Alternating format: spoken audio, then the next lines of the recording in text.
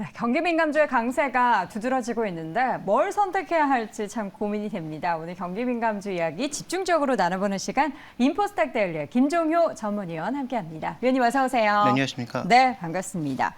중국 경기 부양제 우리가 기대할 만한 게 있어서 이렇게 오르는 건지부터 궁금합니다. 근데 글로벌 이야기 지금 보면 건설기계 같은 종목군들은 네. 이미 여름부터 오르고 있었고요. 그 흐름이 한 번도 꺾이지 않고 신고가를 보이면서 계속 가져가고 있거든요. 네. 그러니까 이건 단순하게 이제 중국 경기 부양뿐만 아니라 글로벌 인프라가 동반 증가하면서 나타나고 있는 현상.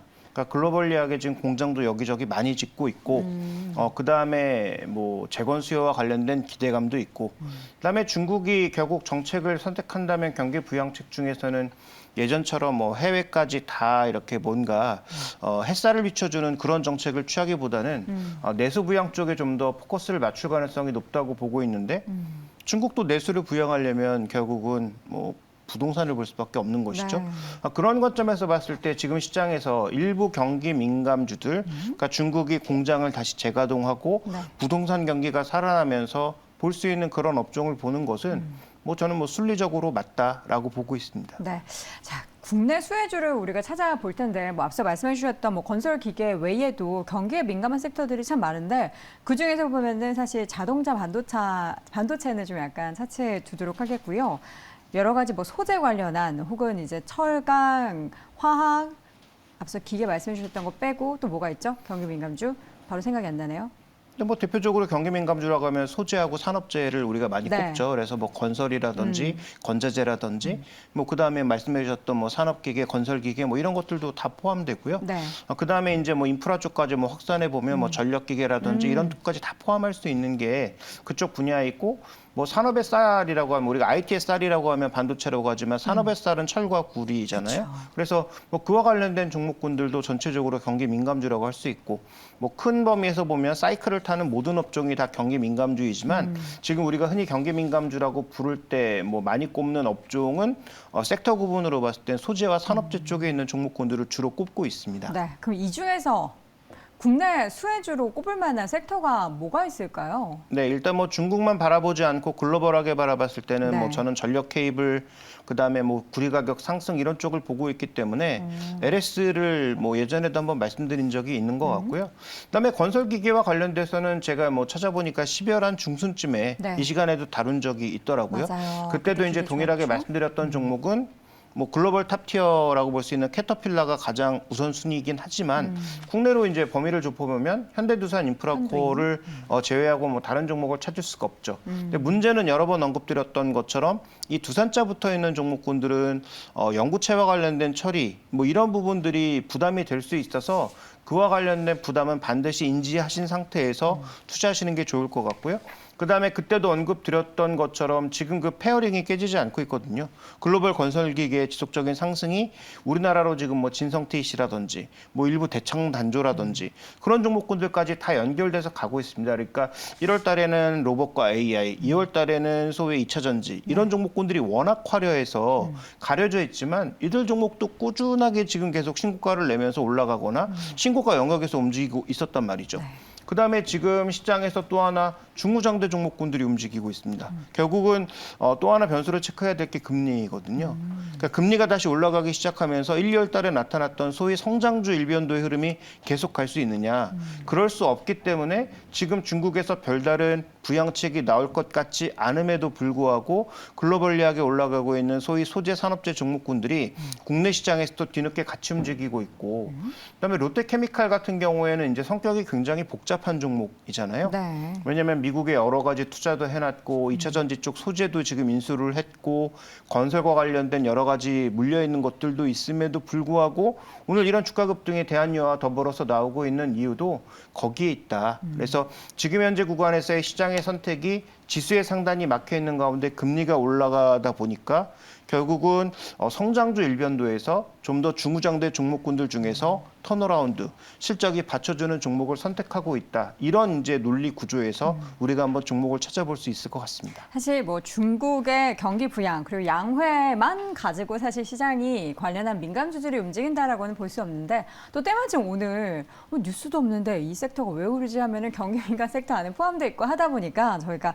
이야기를 나누지 않을 수가 없을 것 같습니다. 근데 수급적인 부분도 영향을 미치지 않나 싶어요. 최근에 이제 2차 전지주로 싹 들어왔던 수급들이 어쨌든 고점이기 때문에 빠져나와서 이 수급들이 이제 경기 민감주 쪽으로 가는 게 아닌가 싶은데 어떻게 보십니까? 그렇죠. 그러니까 지수의 상단이 만약에 막혀 있다면 그 안에서 한 종목이 너무 이렇게 수익률을 급등시키게 되면 그 괴리가 커지면 커질수록 리스크도 커지는 거죠. 그러면 뭐 그 반대쪽 포지션을 뭐 같이 가져가는 뭐 해지 전략을 취한다든지 네. 아니면 뭐 비중을 줄여서 약간 옮겨 타는 그런 전략도 필요한 구간이다 보니까 그 이제 드라이버가 되는 게 아까 말씀드렸던 금리인 것이고 그래서 금리 관련된 이 변동성이 커지면 커질수록 시장에서의 선택은 성장주 일변도보다는 다른 종목군들도 좀 더 많이 살펴볼 개연성이 있다라고 봐야 될 것 같고요.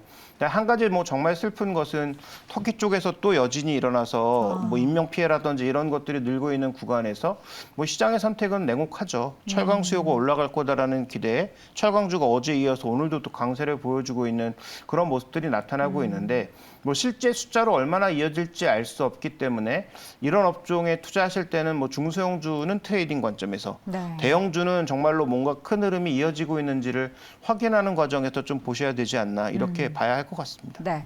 자, 그럼 이 가운데 있어서 우리가 경기 민감주 투자할 때 사실 그냥 묻지마 투자, 그러니까 중국 양회 있으니까 뭔가 그래도 계속 올라갈 거야라는 것보다는 호재와 악재, 좀 리스크 요인도 확인을 해봐야 될 필요가 있을 것 같습니다. 네, 기대감에 오르고 있다면 그 기대를 채우지 못했을 때가 가장 큰 악재가 되겠죠. 그쵸. 그러니까 뭐 중국 부양책이 3월 초에 양회 때 나왔는데 뭐 정말 별게 없다든지 아니면 우리가 기대했던 수준은 예를 들어서 한 100인데 네. 한 뭐 70도 안 되는 수준이다. 그러면 뭐 실망 매물이 대거 흘러나올 수 있겠죠.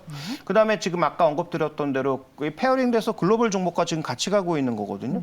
그런 종목군들이 뭔가 급락이 나타나고 있다면 우리 시장의 종목이 뭐 뒤늦게 빠질 수도 있고 뭐 같이 빠질 수도 있지만 그런 페어링이 깨지는 구간에서는 또 우리가 한번 주의해 볼 필요가 있는 거고 그다음에 지금 말씀드렸던 게 금리가 올라가기 시작하면서 이들 종목이 움직이고 있는 거거든요.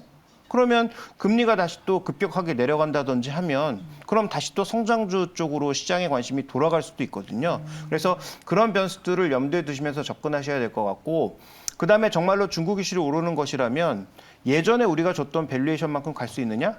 저는 이거는 뭐 거의 99% 불가능하다.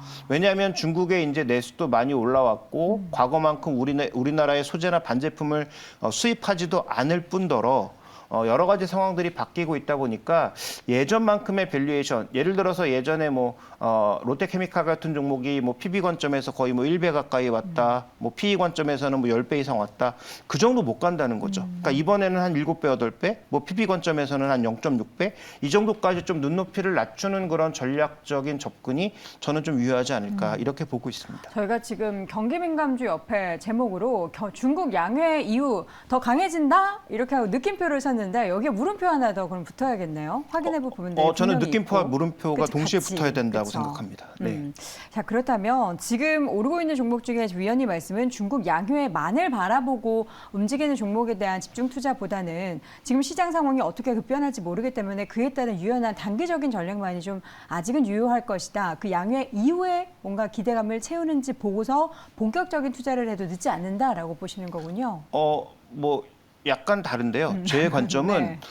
양해와 상관없이 어쨌든 가는. 흐름이 있는 종목을 선택하는 게 맞지 않겠느냐. 뭐 단기적으로는 말씀하신 양해와 연관되어 있는 종목이 더 수익률이 좋을 수도 있지만 이미 작년 뭐 그 가을부터 확실하게 턴해서 올라가고 있는 건설기계 뭐 대표 종목인 현대두산 인프라코어 같은 경우에는 저는 아까 말씀드렸던 여러 가지 요소가 바뀌지 않는 한 계속 홀딩 혹은 뭐 신규 매수도 가능하다라고 보고 있고요. 왜냐하면 뭐 밸류라든지 현재 모멘텀이 나쁘지 않으니까.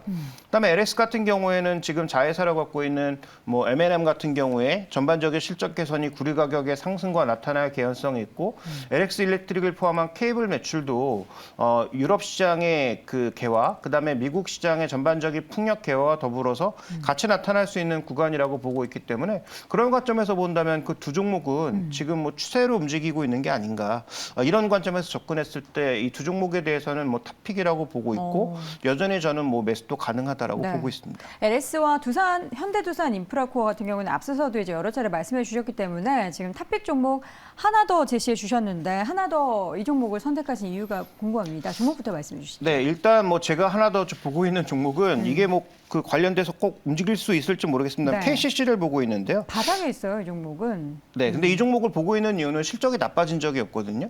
근데 주가는 왜 이렇게 근데 빠진 거죠? 주가의 움직임은 일단 뭐 대주주가 주가에 전혀 관심이 없고요. 그다음에 또 하나 이제 우리가 주목해봐야 될 포인트는 가장 주가가 민감하게 움직였던 게 뭐냐? 유기실리콘 가격이에요. 유기실리콘 가격. 네, 왜냐하면 모멘티브라고 하는 유기실리콘의 세계 1위 업체를 인수하면서 이 업체의 주가가 유기실리콘 가격 굉장히 민감하게 움직였습니다. 그런데 아시는 것처럼 중국이 그 부동산 때려잡으면서 중국의 이제 부동산 경기가 쭉 내려갔고 유기실리콘의 가장 큰 쓰임새가 건축자재, 뭐 산업자재 이런 쪽이거든요. 그러니까 그런 쪽의 가격도 당연히 빠질 수밖에 없으니까 유기실리콘 가격이 급락하면서 한때 막 70만 원을 바라봤던 이 종목의 주가가 쭉 내려와서 지금 PB 0.3배에서 거래되고 있는데도 불구하고 그다음에 실적이 한 번도 나빠진 적이 없음에도 불구하고 네. 굉장히 이제 부담을 받고 있단 말이죠. 2분기에 작년 2분기에 적자난 거는 보유하고 있는 그 자산 네. 지금 뭐 삼성 물산을 포함해서 굉장히 많은 주식 자산 갖고 있거든요. 근데 그때 주가 폭락했잖아요. 그러면서 항상 이제 주식 자산도 시가평가하다 보니까 거기서 난 마이너스를 적용하는 과정에서 실적이 마이너스가 난 거거든요. 그러니까 본업에서는 지금 적자 난 적이 없습니다. 그러니까 그럼에도 불구하고 이렇게 내려왔는데 중국의 정말 부동산 경기를 살렸을 때 유기실리콘 가격은 어떻게 될까? 내려가기보다는 올라갈 가능성이 높고 이 종목과 가장 페어링되고 있는 그 지표를 보면 유기실리콘 가격이거든요. 그러니까 유기실리콘 가격이 올라갔을 때 굉장히 민감할 수 있다는 측면에서 저는 정말로 중국의 내수, 건설 이런 쪽에 연관을 갖고 있다면 그동안 올라가지 않은 종목 중에 하나는 KCC라고 보고 있습니다. 알겠습니다. 탑픽 종목으로는 LS 그리고 현대두산 인프라코어 마지막으로 KCC까지 함께 확인해봤습니다. 오늘 인포스탁 데일리의 김종효 전문위원 함께했습니다. 위원님 고맙습니다. 네, 감사합니다.